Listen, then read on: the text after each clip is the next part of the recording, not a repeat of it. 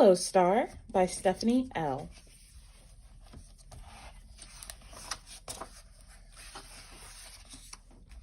One winter night, a light shone in the dark sky, brighter than any star, brighter than any planet. Far, far away, a girl who was young and new and bright and strong was curious about the light. It's a supernova, her mother explained. A very big star is dying. It will shine like that for a long time until it finally fades away. The girl felt her heart pinch at the idea of the star slowly losing its light all the way out there on its own. She bent her knees and jumped, even though she knew she couldn't reach something so far away. Before the girl crawled into bed that night, she looked out her window and whispered, "Hello, star. I know you're scared, but you're not alone."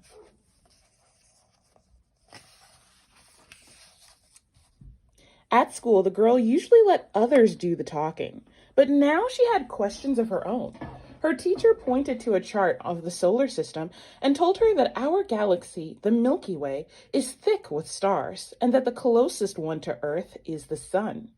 But the girl wanted to know more, so she went to the library and carried home slipping stacks of books to read with her parents.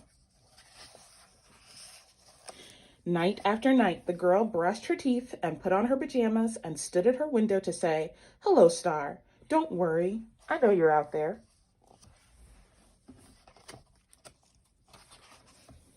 When the girl got older, she could read books to herself. She discovered that stars have different colors, sizes, and temperatures, and that her star was a blue supergiant, the largest of all.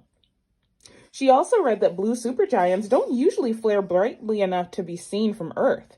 That meant her star was special. That girl became a young woman who studied long into the inky nights, and she began to understand what might happen at the end of her star's life. It could become a neutron star, made of materials so heavy that a teaspoon of its shimmering, blazing star stuff would weigh as much as a mountain. Her star could become a black hole, pulling in light and mysteries at the same time. She longed to solve those mysteries, and she realized that reading and studying and watching from afar weren't enough for her. "Hello, star," she whispered. "I'll find a way to you." She practiced flying and ate while floating in midair and fixed machines and ran for miles. When the woman felt frustrated and tired, she looked up at her patient star, waiting so far out in space, and took a deep breath. She knew from her careful calculations and from telescopes as big as an entire room that her star was getting dimmer. They were running out of time.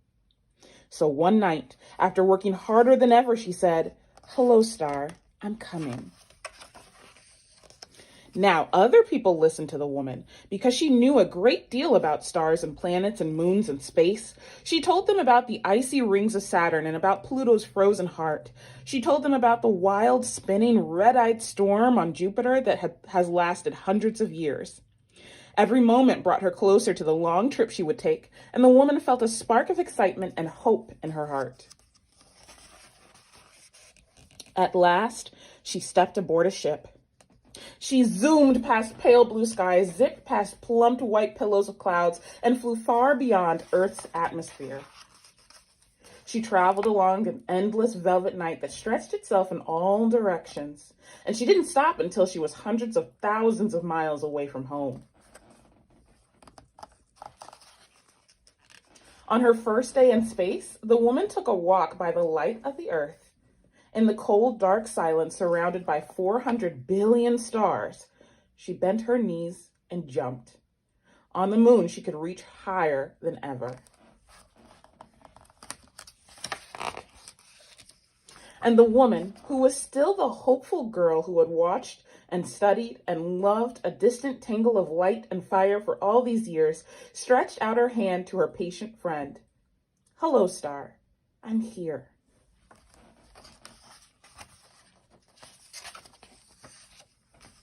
In the silent depths of space, the star sighed proudly. And as the tired blue giant finally faded into dark, as the tired blue giant finally faded to dark, it cracked into many more stars, all of them young and new and bright and strong.